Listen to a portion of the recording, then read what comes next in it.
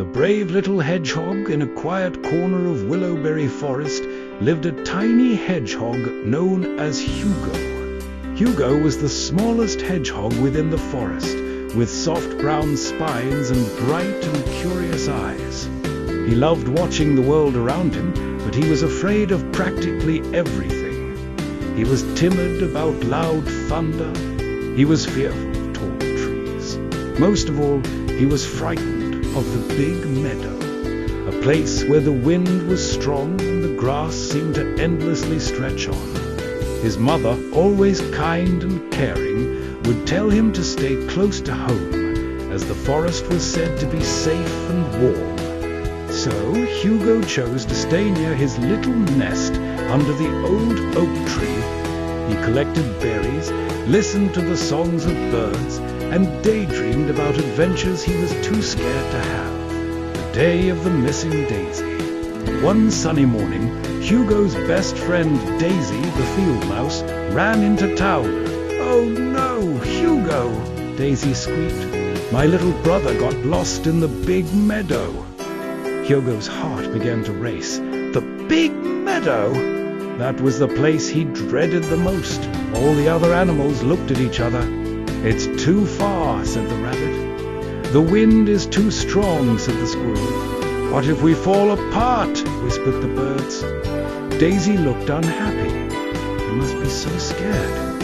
Hugo thought about how scared he felt when he was all alone in the dark. He imagined Daisy's little brother shivering all alone in the tall grass. Even though their knees were wobbling, Hugo took a deep breath. "You'll go," he said softly. The animals looked at him, but the rabbit said, "But you're so little." "Yes," Hugo replied, "but I'm Daisy's friend crossing the big meadow." The grass in the big meadow was so tall that it almost reached Hugo's head. The wind howled and swayed the branches like waves on the sea. Hugo felt fearful.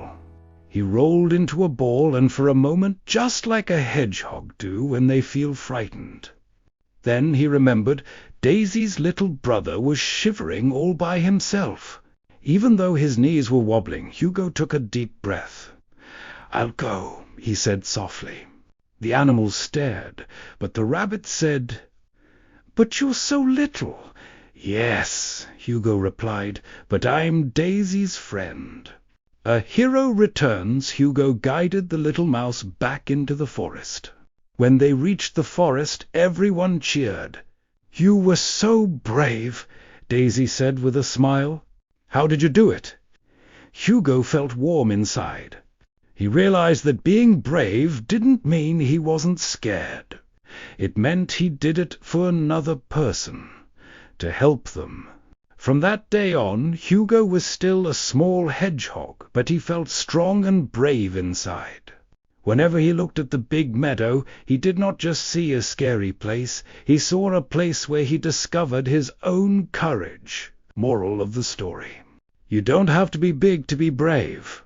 True bravery is helping others by doing what's right, even when you feel scared.